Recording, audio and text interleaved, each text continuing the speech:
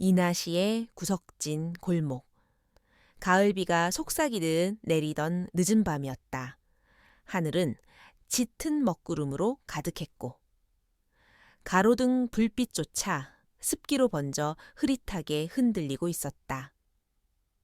출근길에 지친 직장인들과 학생들은 저마다 우산을 움켜쥐고 어깨를 웅크린 채 빠르게 발걸음을 옮겼다. 그들 가운데 단 한 사람, 발걸음을 멈춘 여인이 있었다. 한지후, 인하대학교 경제학부 4학년에 재학 중인 그녀는 젖어 축 늘어진 캔버스 가방을 양손으로 꼭 쥔 채 바닥에 쓰러진 노인을 바라보고 있었다. 그의 몸은 빗물에 절어 있었고 주름진 손은 공중에서 허공을 더듬듯 떨렸다. 지우의 발 밑엔 작은 무릉덩이가 형성되어 있었다. 낡고 해진 운동화 밑창으로는 차가운 빗물이 천천히 스며들고 있었고 그 차가움이 마치 뼛속 깊이 파고드는 듯했다. 그러나 그녀는 움직이지 않았다. 아니, 정확히는 움직이지 않을 수 없었다. 어르신, 괜찮으세요? 그녀는 조심스럽게 몸을 낮추고 떨리는 목소리로 물었다. 노인은 눈을 반쯤 감은 채 힘겹게 입술을 떨었다. 병원. 겨우 그 두 음절을 내뱉는 데에도 숨이 끊어질 듯한 기색이었다. 망설임은 단 1초였다. 지후는 가방을 옆으로 던지고 두 손으로 노인을 부축했다. 죄송해요. 제가 도와드릴게요. 등이 휘어질 듯 무거웠지만 그녀는 이 악물고 노인의 몸을 자신의 등에 올렸다. 비에 젖은 옷이 피부에 들러붙었고 땀인지 빗물인지 모를 액체가 목덜미를 타고 흘러내렸다. 택시는 꿈도 꿀 수 없었다. 생활비와 다음 달 월세, 그리고 마지막 등록금을 빼면 통장엔 몇천 원이 전부였으니까 지후는 고개를 두리번거리다가 우연히 한 오토바이 배달원의 헬멧 불빛을 발견했다. 그는 떡볶이 배달을 마치고 막 출발하려던 참이었다. 기사님 잠깐만요. 제발 도와주세요. 병원까지만 부탁드릴게요. 지후는 젖은 손으로 배달원에게 달려가 붙잡았다. 처음엔 놀란 표정으로 그녀를 쳐다보던 남자는 지후의 절박한 눈빛을 보고는 잠시 망설이다가 고개를 끄덕였다. 뒷좌석에 조심히 타요. 꽉 잡으시고요. 빗속을 가르며 오토바이가 달리기 시작했다. 노인을 등에 업은 채 지후는 비명도 지르지 못한 채 꼭 안고 있었다. 그 짧은 수분의 주행이 마치 1시간처럼 느껴졌다.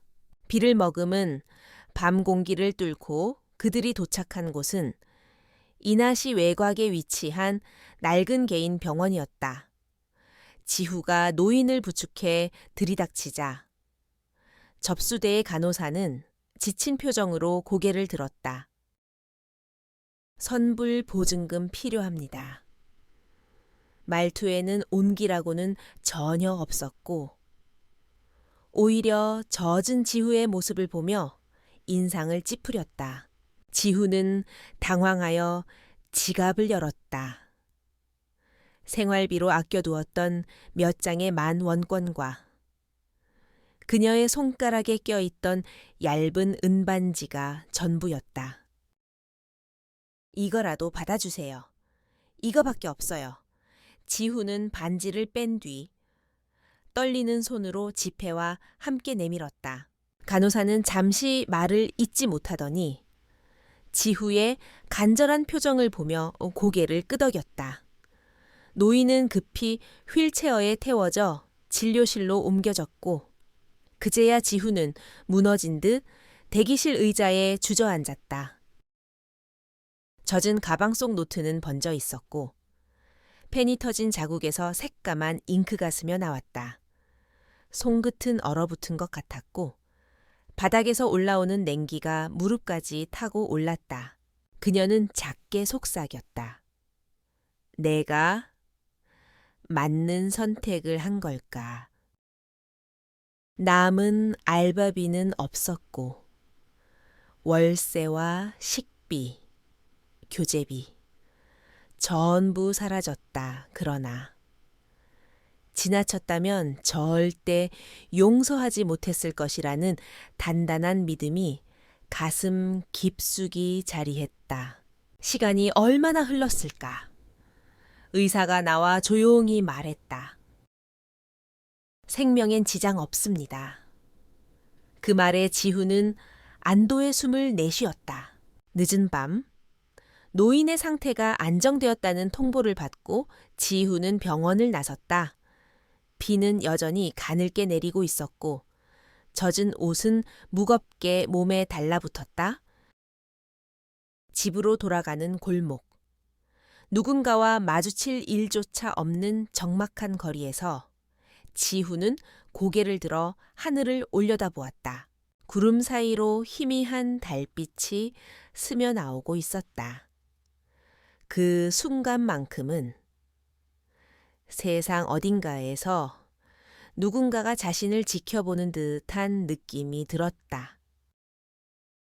원룸 언덕길을 올라 비에 절은 가방을 문턱에 내려놓자마자 옷도 갈아입지 못한 채 바닥에 쓰러졌다. 곰팡 내 나는 천장이 그녀의 시야를 채웠고 의식은 조용히 어둠 속으로 가라앉았다. 시계는 새벽 3시를 가리키고 있었다. 그리고 정확히 12시간 후 그녀의 인생을 완전히 뒤흔들 사건이 조용히 그러나 확실히 다가오고 있었다. 다음 날 아침 한지훈은 희미한 소음에 눈을 떴다. 창밖에서 울려 퍼지는 낮고 무거운 엔진 소리. 그 소리는 마치 그녀가 사는 원룸 전체를 흔드는 듯 했다. 이 시간에 아직 아침도 안 됐는데 지훈은 졸린 눈을 비비며 자리에서 일어났다. 몸은 축축했고 머리카락은 아직 마르지 않아 베개에 얼룩을 남기고 있었다. 창가로 다가가 낡은 커튼을 조심스레 젖힌 순간 그녀는 그 자리에서 얼어붙었다. 좁은 골목길에 검은색 고급 승용차들이 줄지어 서 있었던 것이다. 번호판조차 특별해 보이는 차량들 사이에는 정장 차림의 남성들이 조용히 대기 중이었고 그 광경에 원룸 관리인 할머니는 앞치마를 손에 쥔 채 눈이 휘둥그레져 있었다. 저게 다 뭐야? 동네 사람들 또한 문을 빼꼼히 열고 누가 먼저랄 것도 없이 수군거리기 시작했다. 그리고 그 순간 지후의 현관문을 두드리는 소리가 울려 퍼졌다. 또각, 또각. 심장이 요동쳤다. 지후는 천천히 다가가 되어락을 열었다. 문 앞에는 단정한 회색 정장을 입은 중년 남성이 공손히 서 있었다. 혹시 한지우 씨 맞으신가요? 그는 부드럽지만 단호한 어조로 말했다. 이 봉투를 전해드리라는 지시를 받았습니다. 지우는 떨리는 손으로 봉투를 받았다. 진홍색 왁스로 봉인된 고급스러운 종이 봉투였다. 봉인 위에는 정갈한 필체로 딱 한 단어가 쓰여 있었다. 후하긴. 지후는 서둘러 방 안으로 돌아왔다. 책상 앞에 앉아 봉투를 열자.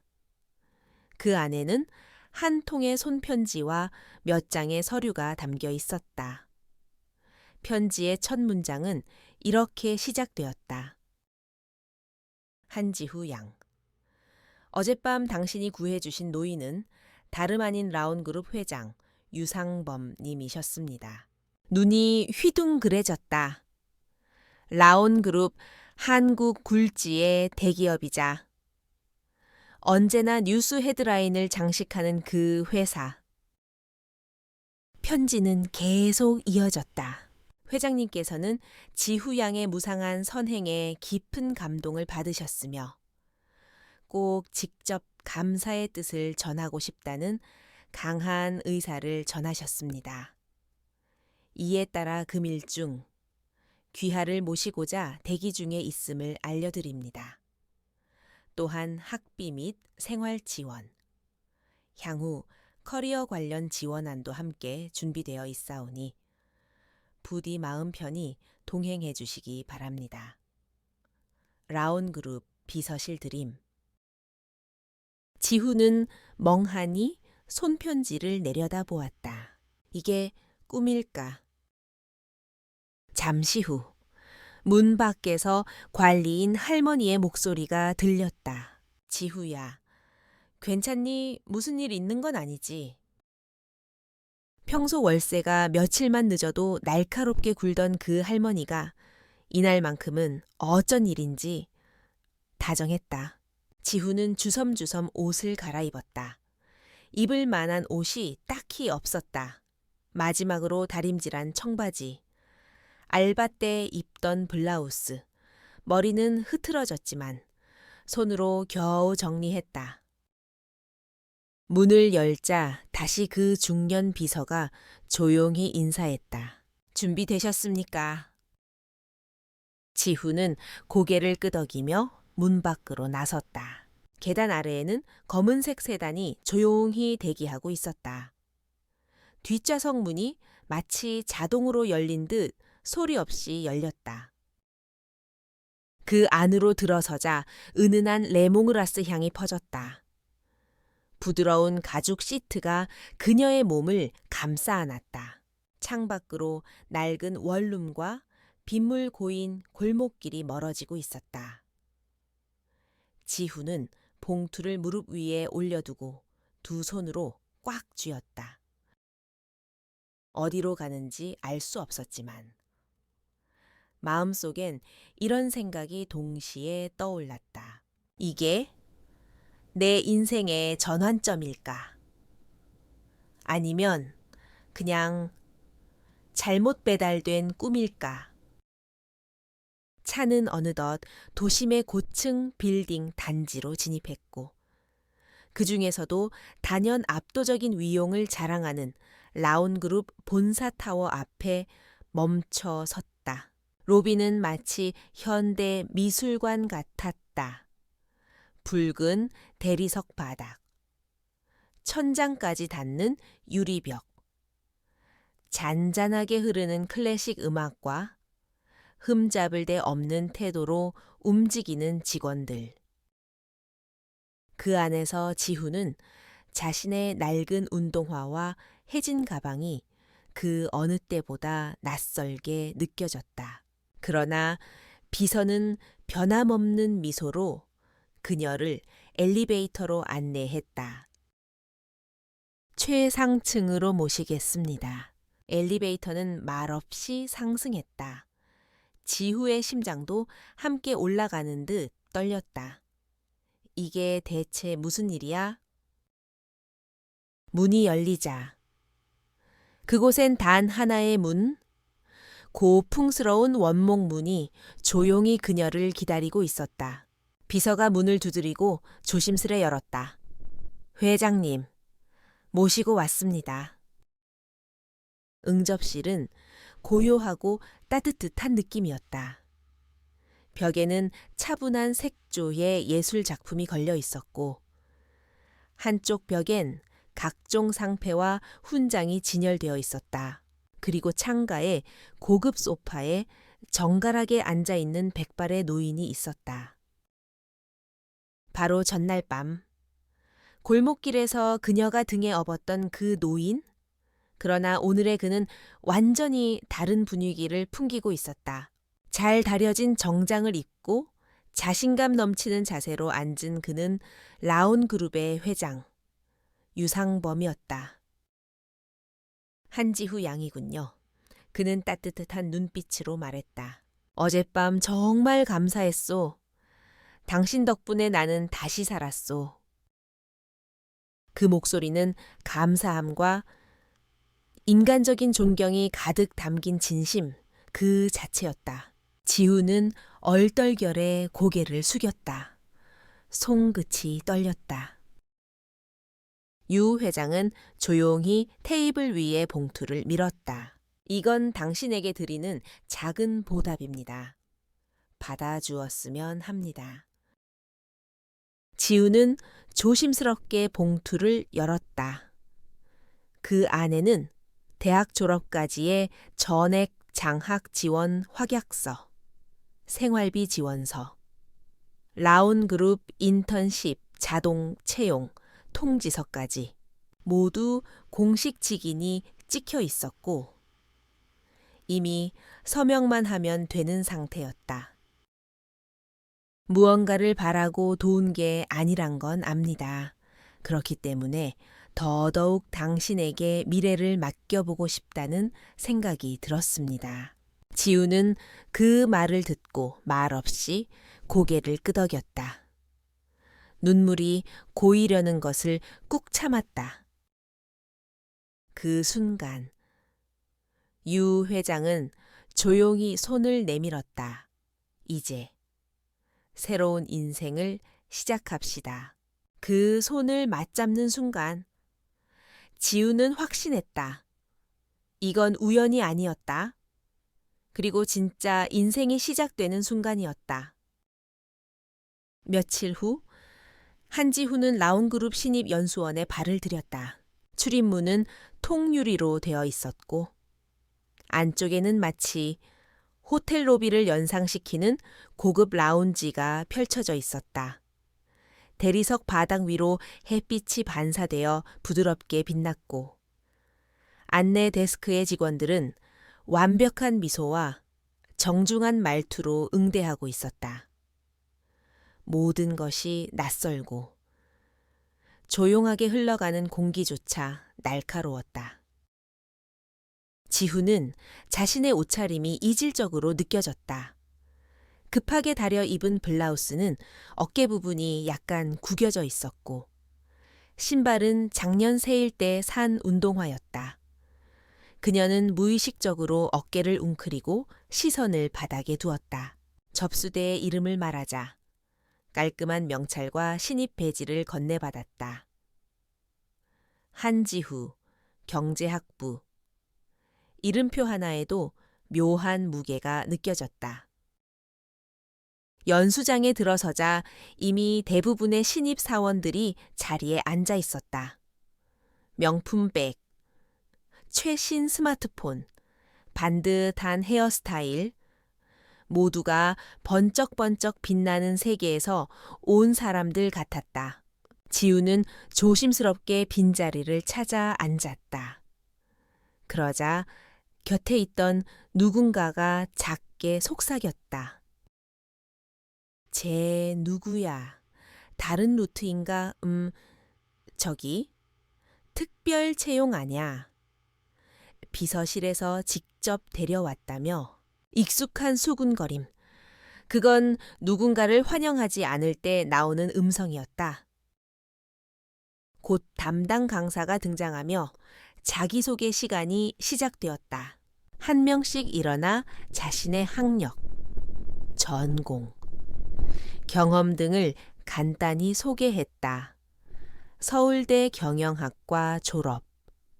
작년엔 홍콩 인턴 경험이 있고요. 미국 MBA 유학 후 돌아왔습니다. 이름과 함께 줄줄이 따라붙는 명문대, 해외 경력, 대외 활동, 지후의 순서가 다가왔을 때 그녀는 깊게 숨을 들이마셨다. 한지후입니다. 인하대학교 경제학부 나왔습니다. 잘 부탁드립니다. 정적이 흘렀다. 누군가 박수를 칠 법도 했지만 아무도 손을 움직이지 않았다. 오히려 차가운 시선만이 등 뒤를 찌르는 듯 했다. 연수 과정은 상상 이상으로 빠르고 치열했다. 비즈니스 매너, 데이터 분석 실습, 전략 기획 강의, 실전 프로젝트 토론까지 모든 수업이 빠르게 지나갔고 하루하루가 시험 같았다. 지후는 초반부터 벽에 부딪혔다. 처음 듣는 전문 용어들, 익숙하지 않은 협업 방식, 대답을 망설이면 숨죽인 비웃음이 흘렀고 서툰 손놀림은 실수로 이어졌다. 어느 날 팀 프로젝트 발표 과제가 주어졌다. 리더로 뽑힌 건 단연 눈에 띄는 외모와 유창한 말투를 가진 재벌가 출신의 도윤이었다. 도윤은 조용히 팀을 살피다가 지후를 바라보며 말했다. 지후 씨는 자료 정리나 맡아줘. 프레젠테이션은 다른 사람들이 할 테니까. 말은 부드러웠지만 명백한 선긋기였다. 팀원들도 별다른 이견 없이 고개를 끄덕였다. 지후는 입을 열지 못했다. 이건 현실이야. 그녀는 그렇게 스스로를 납득시켰다. 지후는 묵묵히 일했다. 모든 자료를 직접 정리하고 참고 문헌까지 꼼꼼히 첨부했다. 시간표, 역할 분담표, 발표 예상 질문까지 따로 문서화했다.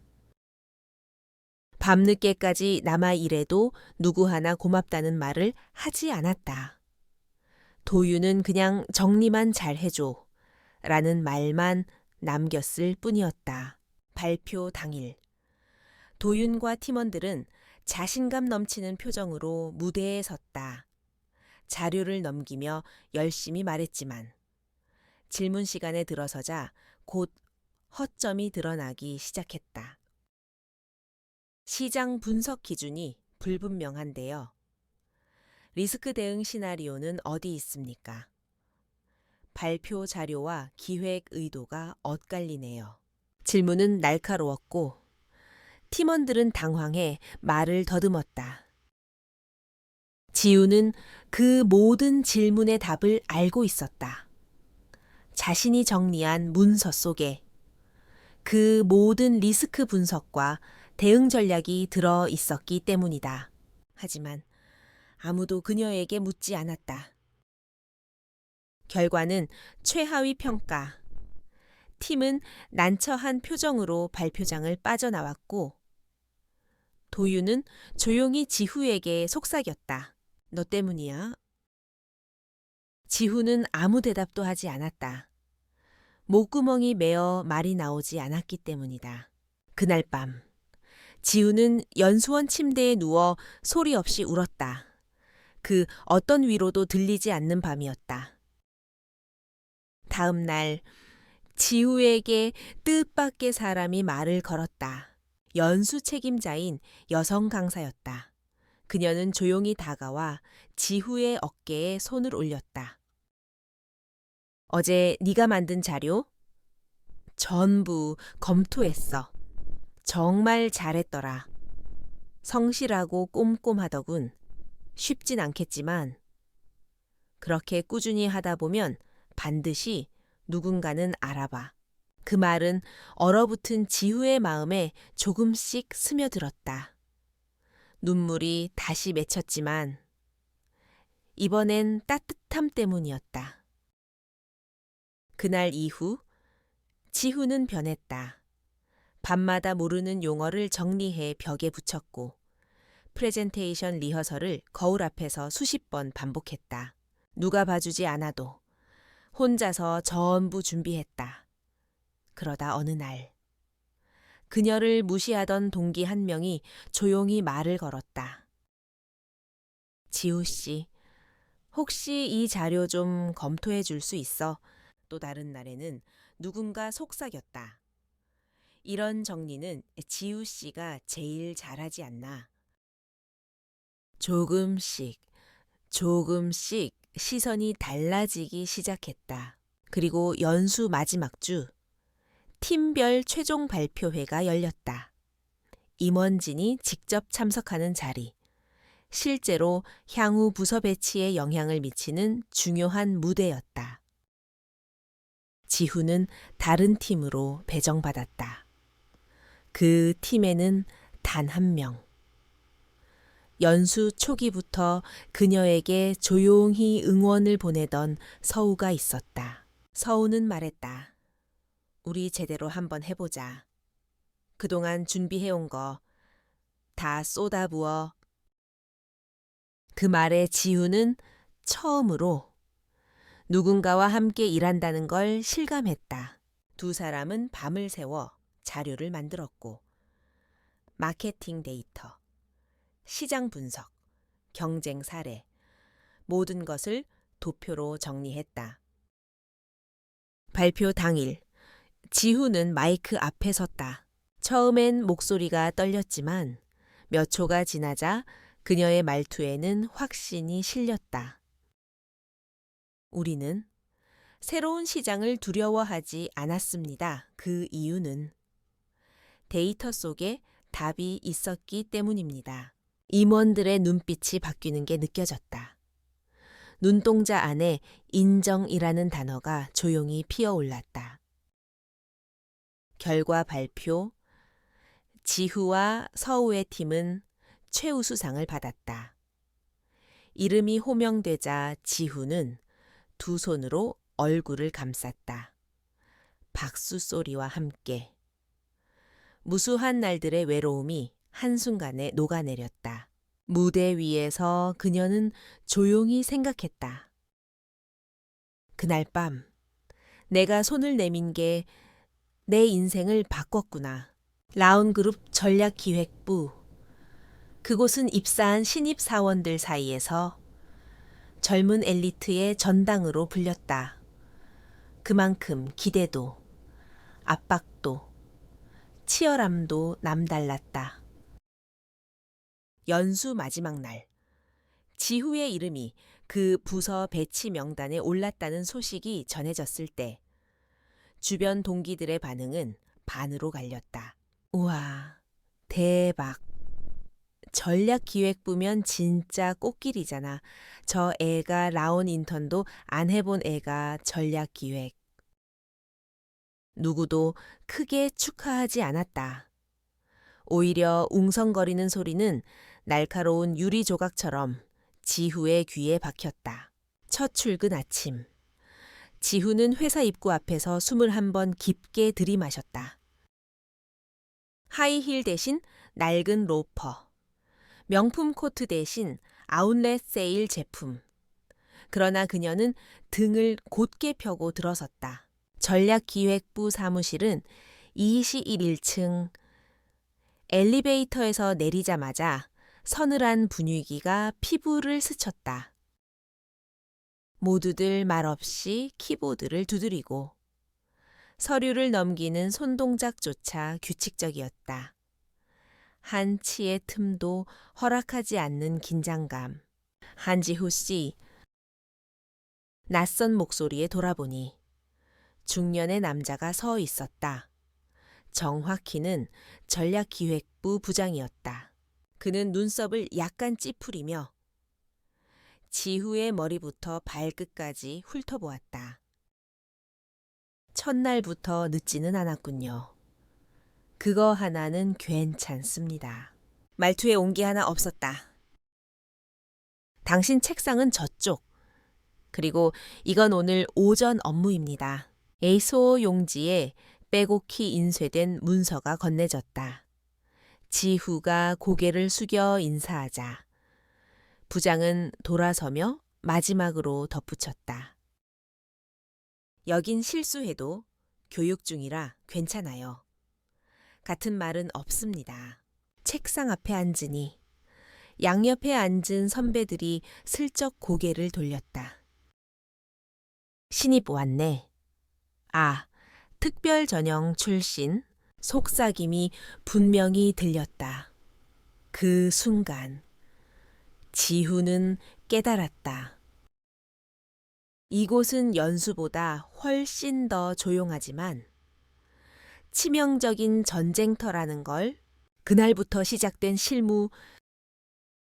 지후에게 주어진 업무는 전략기획 회의록 정리, 경쟁사 보고서 초안 작성, 시장 동향 리서치 등 처음 듣는 용어 투성이었고 매일이 낯설고 막막했다. 무엇보다 무거웠던 건 사람들의 시선이었다. 같은 팀의 주임, 서재현은 특히 노골적이었다. 한지우 씨, 이건 그렇게 정리하면 안 된다는 거 몰랐어요 하긴 인턴도 안 했으니 뭐 이해합니다. 말끝마다 깔려있는 냉소. 지후는 입술을 꼭 다물었다. 변명하면 변명하는 대로 비웃음이 돌아올 뿐이었다. 점심시간, 다른 선배들이 335 자리를 비울 때 지후는 모니터 앞에서 조용히 도시락 뚜껑을 열었다. 편의점 샌드위치 하나. 그러나 입맛이 돌지 않았다. 입사 전날 밤, 엄마가 보낸 메시지가 떠올랐다. 지후야, 누구보다 열심히 해왔잖아. 잘할 수 있어. 지지 말고, 기죽지 말고. 문자 속 따뜻한 문장은 이곳의 차가운 공기 속에서 더 또렷하게 떠올랐다.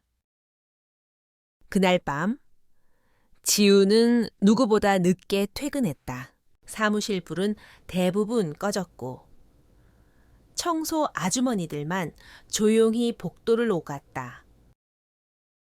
책상 위엔 출력한 문서 수십 장이 펼쳐져 있었고 지우는 빨간 펜으로 표기하며 하나씩 분석하고 있었다. 그녀는 모르는 단어가 나오면 노트에 정리하고 비슷한 사례를 인터넷에서 찾아 비교하며 익혔다. 도와주는 사람은 아무도 없었지만 도망치고 싶지도 않았다. 며칠 뒤 부서 전체 회의가 열렸다. 주제는 해외 진출 전략 검토. 팀장들이 돌아가며 의견을 발표했고 지후는 서류 정리와 회의 정리 메모를 맡았다. 회의가 끝날 무렵 부장이 말했다. 젊은 직원들의 의견도 들어보는 게 좋겠군요. 한지후 씨.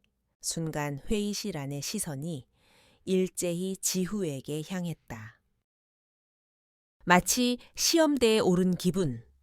손바닥이 차가운 땀으로 젖었다. 네, 저는 최근 베트남 유통시장의 온라인 트렌드가 급속히 바뀌고 있다는 점에 주목했습니다. 특히 SNS 기반의 쇼핑몰 확장률이 기존 예측보다 빠르고 말을 잇자 몇몇 팀장들이 눈을 들어 지후를 바라보았다. 그래서 기존의 입점 전략보다 현지 콘텐츠 연계 플랫폼 구축이 더 시급하다고 생각합니다. 말이 끝나자 잠깐의 정적, 그리고 부장이 고개를 약간 끄덕였다. 의외로 흥미로운 시각이군요. 회의가 끝나고 나서 지우는 조용히 서류를 정리하고 있을 때였다. 누군가 그녀의 자리 옆에 다가왔다. 서재현이었다. 이번엔 그럴듯했네. 그는 그렇게 말하고 돌아섰다. 칭찬인지 견제인지 도무지 알 수 없었지만 그 순간 지후의 마음 한쪽이 작게 떨렸다. 그날 밤 지후는 다시 책상에 앉았다. 회사의 공식 보고서 형식을 따라 자신의 생각을 정리하고 추가 자료를 정리해 PDF 파일로 만들었다. 누가 시키지 않아도 나는 내 몫을 증명할 수 있어야 하니까. 며칠 후 부장이 지후를 따로 불렀다. 그때 제안한 베트남 시장. 건 좀 더 구체적으로 기획안을 만들어 보게. 네. 기회일 수도 있고, 실패하면 책임을 질 수도 있어. 선택은 본인 몫이야.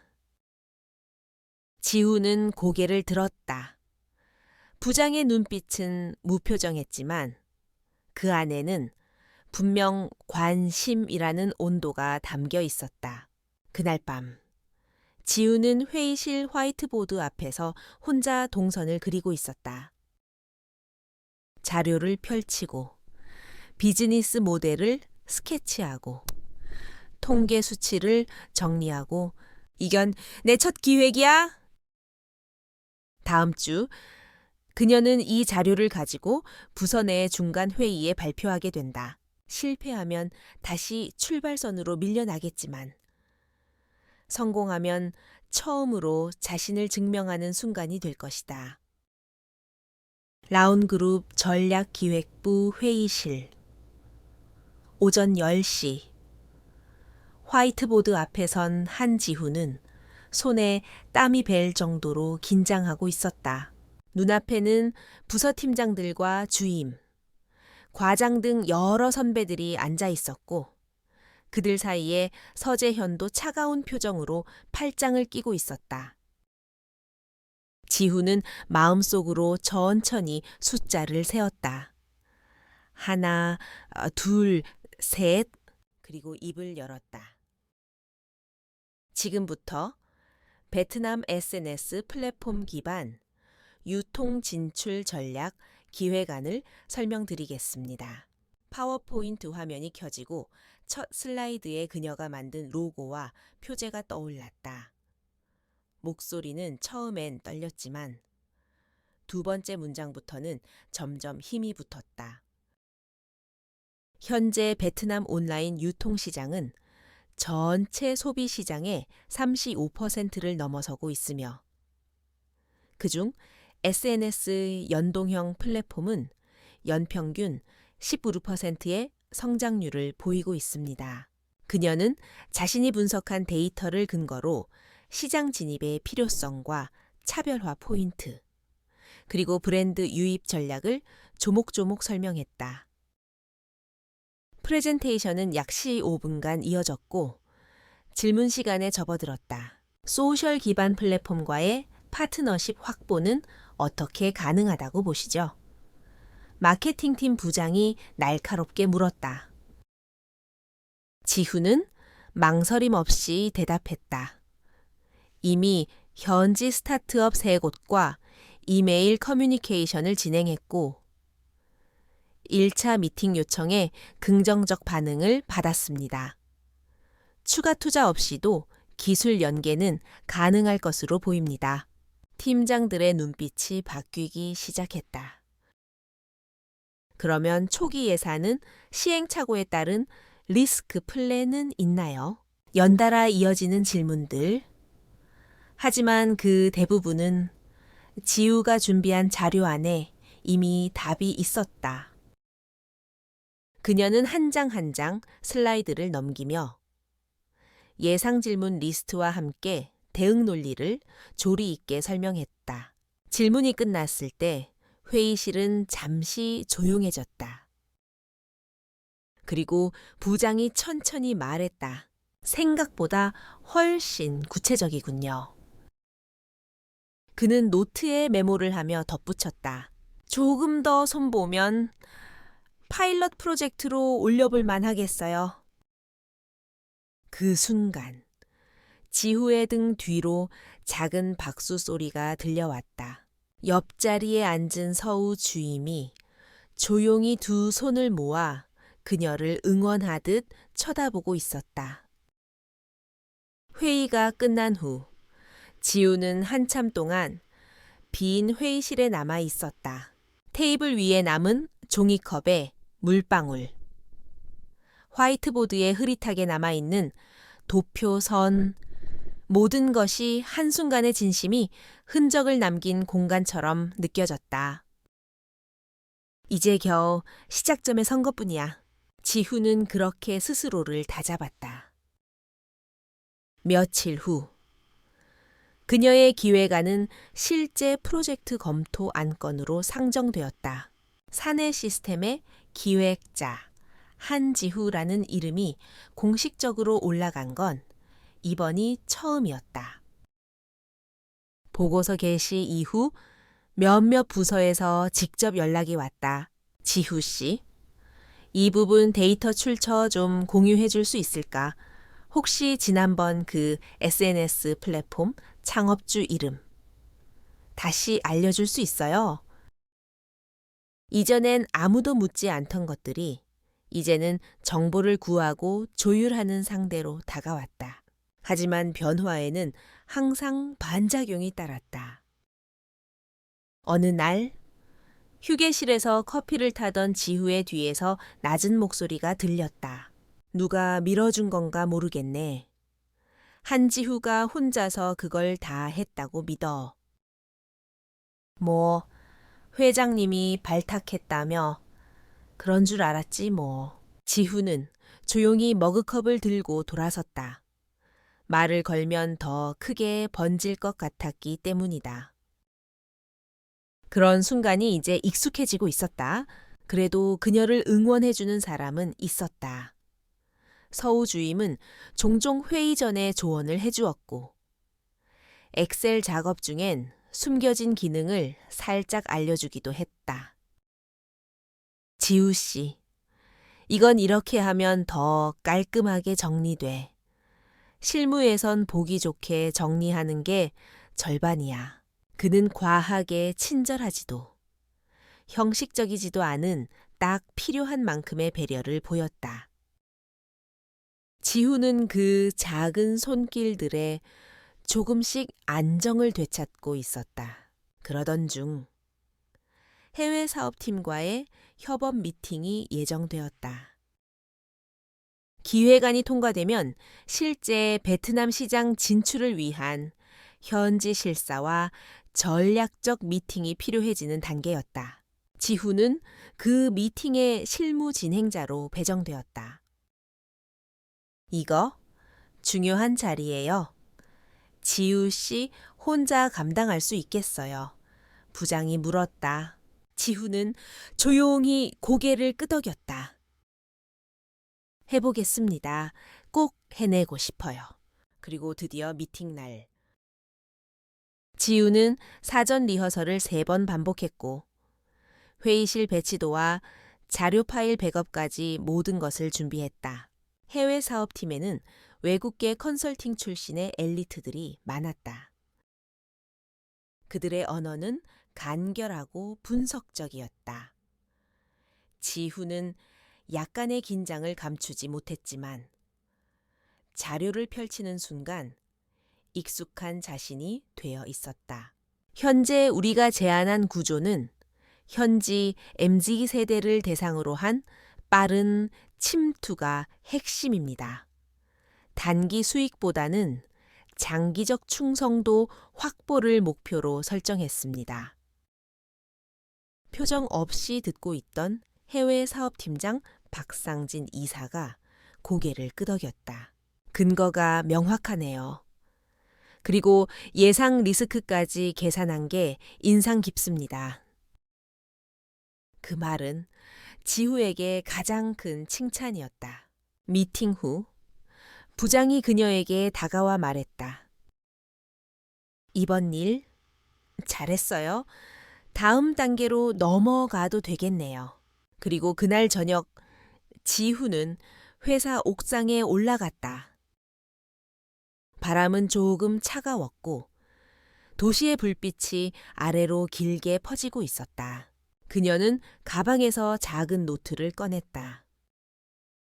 처음 회사에 입사하며 적어두었던 다짐이 담긴 페이지를 펼쳤다. 언젠가는 내 이름으로 시작되는 프로젝트를 만들어 보고 싶다. 그 문장을 가만히 읽고 있자 눈가가 뜨거워졌다. 그리고 다음 페이지에 또 한 줄을 적었다. 첫 번째 증명, 아직 작지만 분명히 시작되었다. 지후의 기획안이 본사 중간회의에서 정식 안건으로 상정된 이후 전략기획부 안에서는 미묘한 분위기가 감돌기 시작했다. 부장은 종종 회의 중간에 지후 씨, 이전 제안서 기준으로 업데이트 좀 해두게라며 조금씩 더 많은 실무를 맡기기 시작했고, 다른 팀원들도 은근슬쩍 자료 요청을 넘겨오곤 했다. 처음엔 고마운 일이었다. 그녀를 팀의 일부로 인정하고 있다는 증거라고 여겼다. 그러나 시간이 지나면서 그 경계는 점차 흐릿해졌다. 이거 좀 정리해 줄래요? 어제 기획안 업데이트 됐던데 공유 좀... 그건 지후 씨가 이미 알아서 할 거야. 늘어난 업무량, 모호한 책임 소재, 그리고 뒤에서 들려오는 수군거림. 다 맡아주는 게 능력은 아니지 않나. 어느 날 아침, 지후는 부서 내 신규 프로젝트 TF 명단에서 자신의 이름이 빠졌다는 것을 알게 되었다. 대신 명단에는 서재현과 동기급 직원 3명의 이름이 올라 있었다. 기획안은 내가 시작했는데, 물론 공식적인 공지에서는 인력 구성상 효율성을 고려한 결정이라 설명했지만 지후의 마음속에는 조용한 실망이 밀려들었다. 그날 저녁, 지우는 회사 옥상에 올라 조용히 벽에 등을 기대고 앉았다. 밤 공기가 싸늘했지만 그녀는 오히려 그 차가움이 위안처럼 느껴졌다. 너무 순진했던 걸까? 인정받는 것과 이용당하는 건 다른 일이잖아. 며칠 후 업무에서 작은 사고가 터졌다. 기획안의 핵심 지표 중 하나였던 시장 점유율 예측 수치에서 오차가 발견된 것이다. 지후가 참조한 외부 데이터베이스의 수치가 이미 일주일 전 수정되었지만 그 내용을 업데이트하지 못한 채 보고서에 포함시킨 것이다. 부장은 그 자리에서 표정을 굳히며 말했다. 이 수치는 회의에서 그대로 사용됐습니다. 만약 투자 부서에서 이 수치 믿고 판단했으면 어쩔 뻔했습니까? 지후는 말문이 막혔다. 자료 확인을 거듭했지만 단 3%의 수치 차이가 큰 리스크로 이어질 수 있는 게 현실이었다. 회의 후 회의실 밖에서 서재현이 조용히 다가와 말했다. 사소한 것도 결국 결과니까요. 변명하려 하지 마세요. 그 말에 지후는 고개를 들 수 없었다. 그날 밤 그녀는 자리에 남아 관련 수치를 하나하나 다시 비교했고 오류를 보완한 정정 보고서를 직접 작성해 다음 날 부장에게 제출했다. 확인했습니다. 늦었지만 대응은 빠르군요. 부장은 덧붙였다. 다만 이런 일, 한 번 더 생기면 그땐 말이 달라질 겁니다. 지후는 점점 조직 속에서 균형을 잡는 법을 배워가고 있었다. 혼자 끌어안지 말 것, 도움이 필요하면 조심스럽게 요청할 것, 정보는 가능한 한 투명하게 공유할 것, 그리고 무엇보다 내가 이 조직 안에서 혼자가 아니라는 걸 스스로 증명해야 한다. 그 무렵 라옹그룹 전사 전략회의가 한 달 앞으로 다가오면서 각 부서에서는 보고서 제출 일정이 촉박해졌다. 전략기획부도 각 팀별로 중간 점검 회의가 열렸고 지우는 팀장들의 요청으로 다른 팀의 보고서 초안 작성까지 일부 맡게 되었다. 서재현과 함께하는 협업이 늘어났고 처음엔 날카로웠던 그의 태도에도 조금씩 변화의 기색이 보이기 시작했다. 지우 씨, 이거 지난번보다 많이 깔끔해졌네요. 요즘 자료 정리 빠르네. 인정. 짧고 건조한 한마디였지만 그 말은 지후에게 진심보다 더 진심처럼 느껴졌다. 그리고 드디어 전사전략회의 전 최종 점검 발표 당일 회의실에는 부서 임원들과 부사장까지 자리했다. 지후는 서재현과 함께 공동 발표자로 나섰다. 두 사람은 일주일 이상 함께 자료를 준비했고 역할 분담도 철저히 나눴다.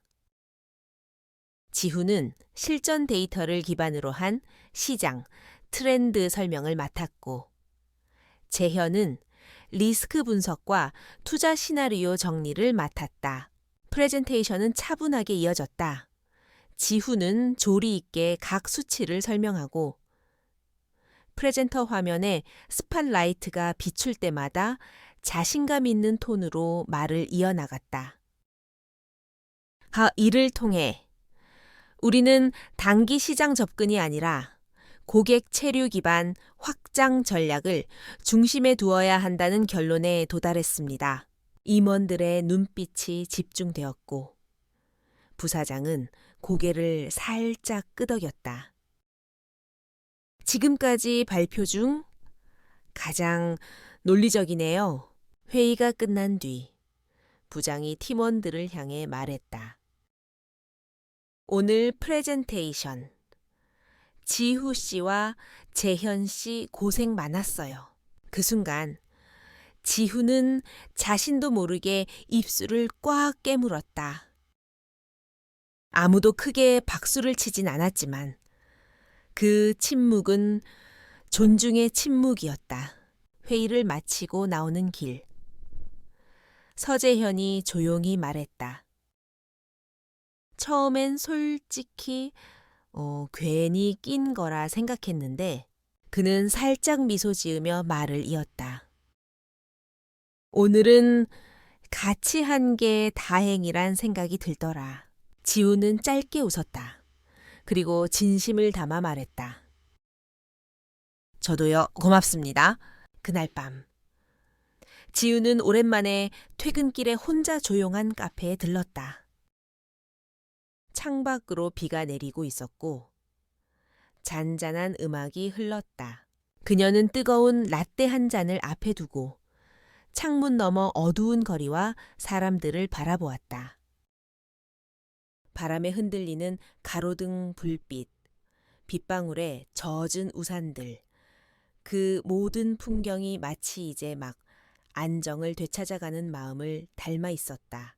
그녀는 조용히 생각했다.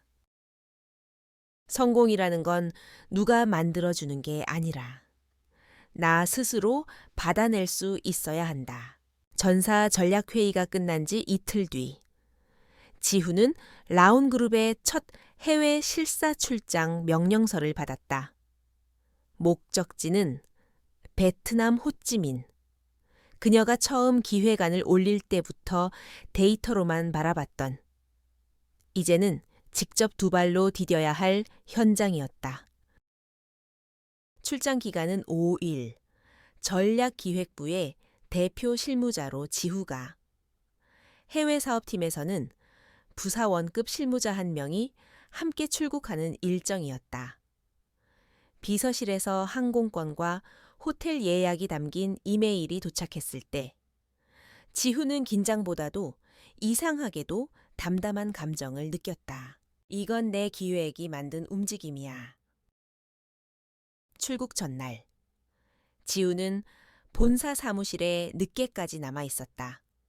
베트남 유통 규제 관련 서류를 출력하고 시장 내 기존 파트너 업체 목록을 정리하며 혹시라도 질문을 받게 될 상황을 대비해 회의 응답 요령을 반복했다.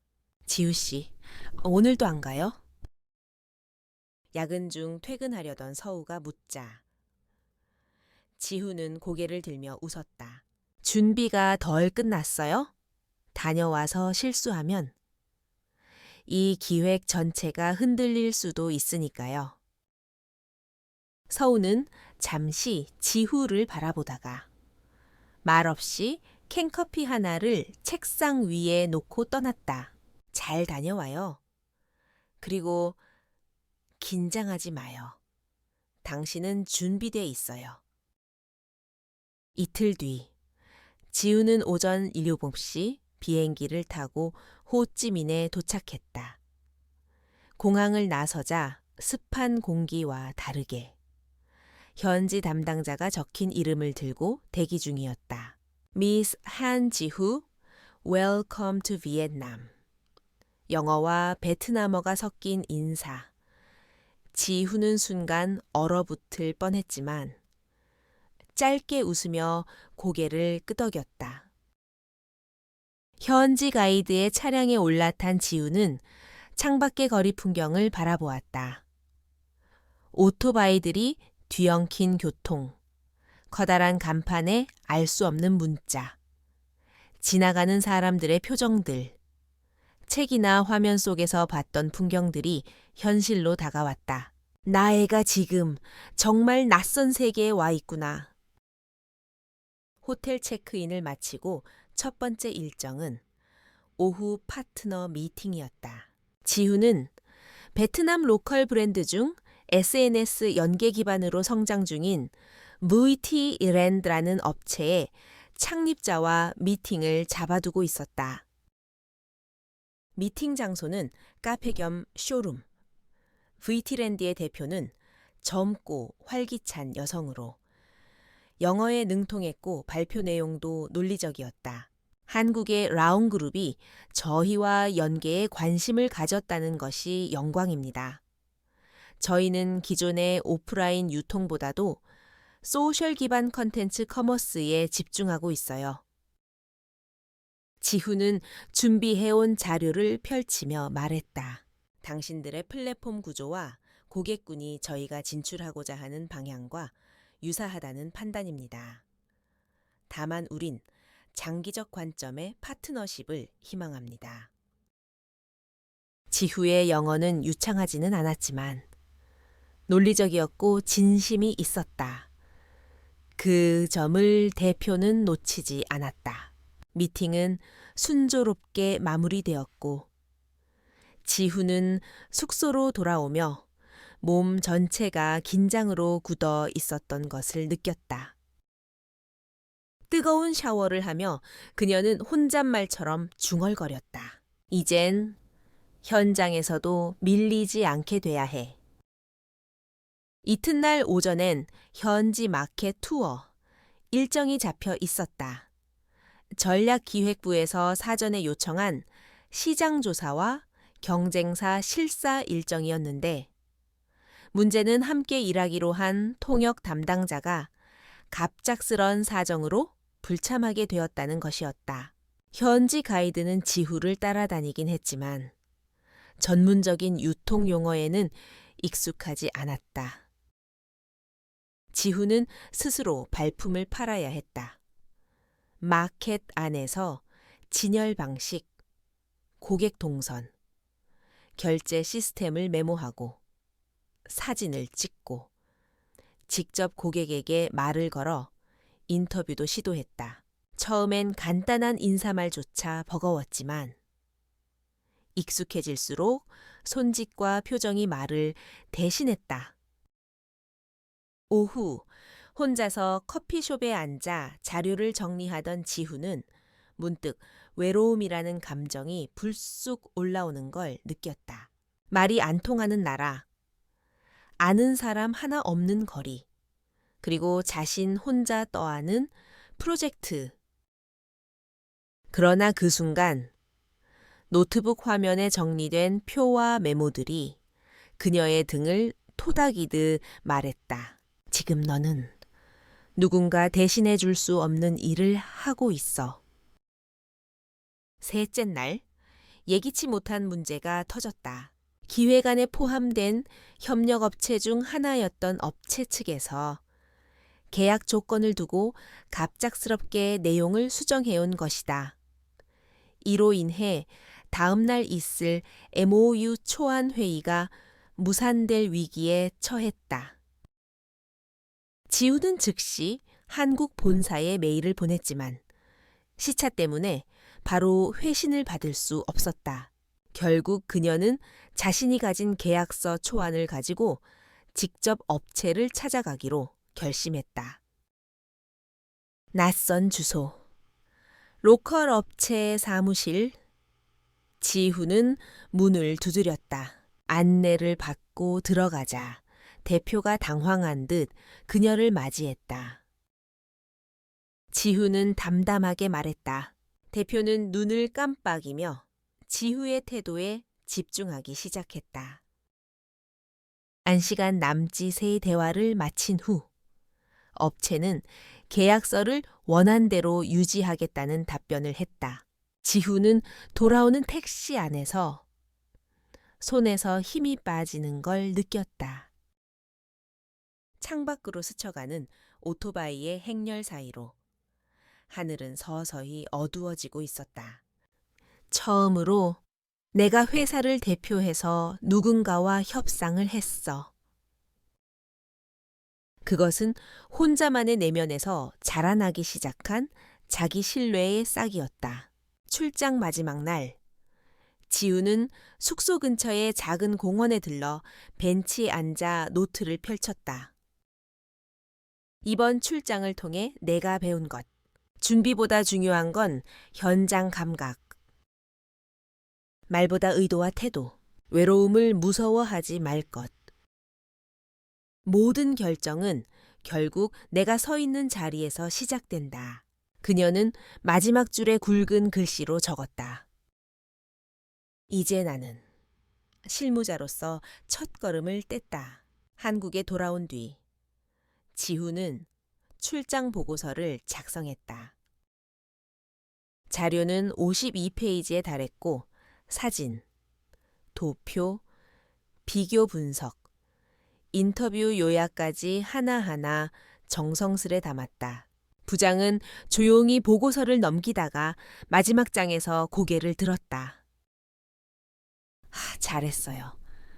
앞으로 당신이 담당할 영역이 더 넓어질 겁니다. 그 말은 지후에게 상보다 무거운 책임이기도 했다. 그러나 그녀는 조용히 자신 있게 말했다. 감당하겠습니다. 한국으로 돌아온 뒤 몇 주. 지후의 삶은 이전과는 다른 속도로 흘러가기 시작했다. 출장 보고서가 임원진의 전략회의에 오르자 본사 내 여러 부서에서 지후에게 연락이 오기 시작했다. 글로벌 사업팀, 재무기획팀, PR팀. 이제 그녀는 실행력 있는 전략가로 주목받고 있었다. 지우 씨, 이 회의에도 참석 가능할까요? 이 수치를 지난번 베트남 출장 데이터와 연결해 주세요. 지우 씨가 기획한 그 구조. 유럽 쪽에도 적용 가능하겠죠? 그녀는 매일 오전 9시부터 밤 11시까지 다른 부서의 회의실과 자신의 자리 사이를 쉼없이 오갔다. 그러나 몸은 피곤했지만 마음은 무너지지 않았다. 그토록 바라던 실무의 한가운데에 이제 그녀는 있었다. 하루는 대표이사 직속의 전략본부장 박현서 상무가 지후에게 직접 면담을 요청했다. 한지후 대리, 베트남 출장 때 당신이 썼던 리포트, 전략위원회 회의에서 상당히 호평을 받았어요. 내부에서는 그 프레임워크를 중남미 진출 파일럿에도 쓰자는 의견이 많고요. 지후는 긴장한 채로 고개를 숙였다. 아직 많이 부족합니다. 그러자 상무는 조용히 미소 지으며 말했다. 그래서 부탁하려고요. 이번 브라질 진출 타당성 기획안. 당신이 직접 팀 꾸려서 맡아보는 건 어때요? 순간 지후의 심장이 한 번 쿵 울렸다. 내가 직접 팀을 이끈다고. 네, 하겠습니다. 그 대답은 놀랍도록 단호하고 무겁도록 경건했다. 며칠 후 지우는 새로 조직된 중남미 전략 TF의 리더로 임시 팀룸에 들어섰다.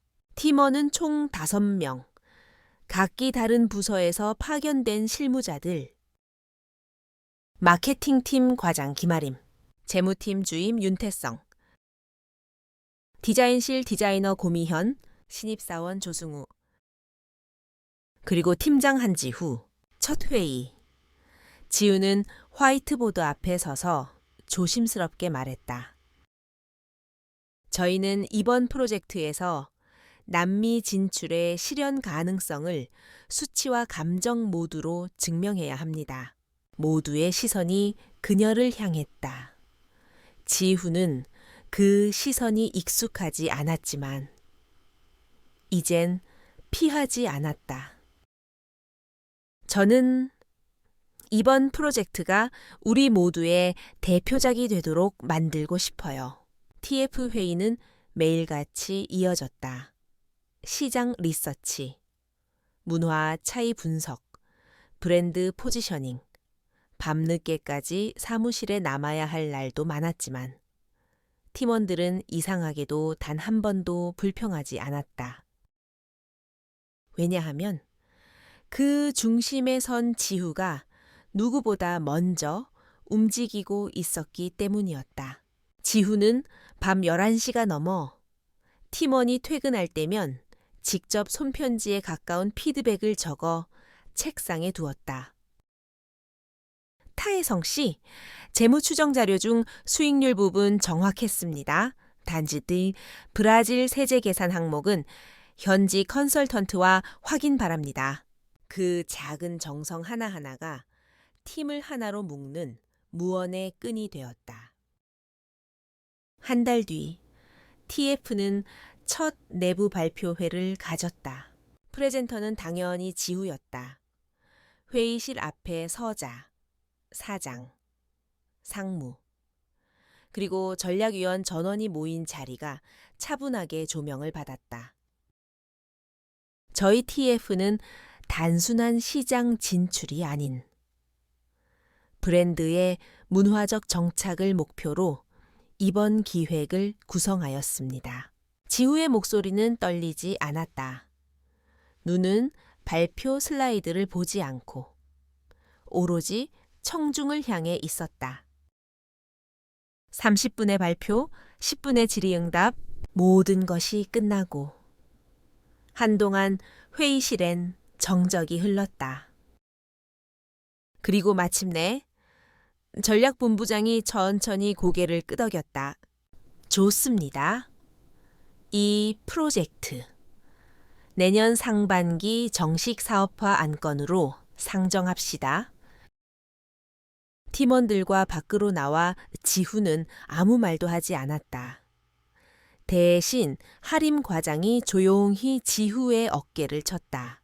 팀장님, 이제 우리 이름이 좀 알려지겠네요. 그제야 지후는 고개를 들며 웃었다. 아직 시작일 뿐이에요. 며칠 뒤, 지우는 라운지에서 혼자 커피를 마시다가 회사 창밖을 바라보았다. 저 멀리 야경 속 건물들 사이로 라온이라는 간판이 은은하게 빛나고 있었다. 그때 뒤에서 낯익은 목소리가 들렸다. 지금은 어떤 생각 중이에요? 서우였다. 이제는 인사팀을 넘어 경영진과도 일하는 중간 관리자였다. 지후는 잠시 머무시다가 말했다. 그냥 이 모든 게 시작된 그날 생각이 나서요. 비 오는 밤. 정말 우연히 손 내민 그날이요. 서우는 조용히 고개를 끄덕였다. 아마 그날이 지우 씨의 인생 전체를 바꿨겠죠. 지후는 웃으며 컵을 내려놓았다. 그날 내가 손 내민 건 누구보다도 사실은 내 자신이었던 것 같아요. 몇 주 후, 지후는 학교 동문 후배들과의 토크 콘서트 연사로 초청을 받았다. 그녀의 연설 마지막 문장은 홀 안에 잔잔히 울렸다. 여러분, 당신이 내미는 손 하나가 누군가에겐 삶의 방향을 바꿀 수 있습니다. 그리고 언젠가 그 손 하나가 당신 스스로를 끌어올리는 밧줄이 되기도 합니다. 라운그룹 4옥 지하 1층. 지후는 점심시간 틈을 내어 한적한 카페 구석 자리에 앉아 있었다. 한 소녀가 우산을 잃어버린 듯 울고 있었다. 지후는 조용히 자리에서 일어나 자신의 접이식 우산을 내밀었다. 이거 써요. 전 괜찮아요. 그 순간 어딘가 익숙한 감정이 가슴 속에서 피어올랐다. 이 작은 친절 하나가 또 다른 삶의 시작이 될 수 있어.